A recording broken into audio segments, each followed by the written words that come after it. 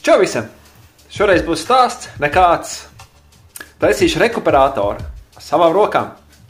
Kāds sanāks, gaidīt nākamos video. Pagaidām ir sapirkti šādi materiāli. Polikarbonāts, 2 loksnes, 8 mm.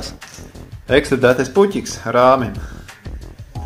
Caurulas 110,75, lai savienotu pagaidām lielu viesistabai un guļamistabu.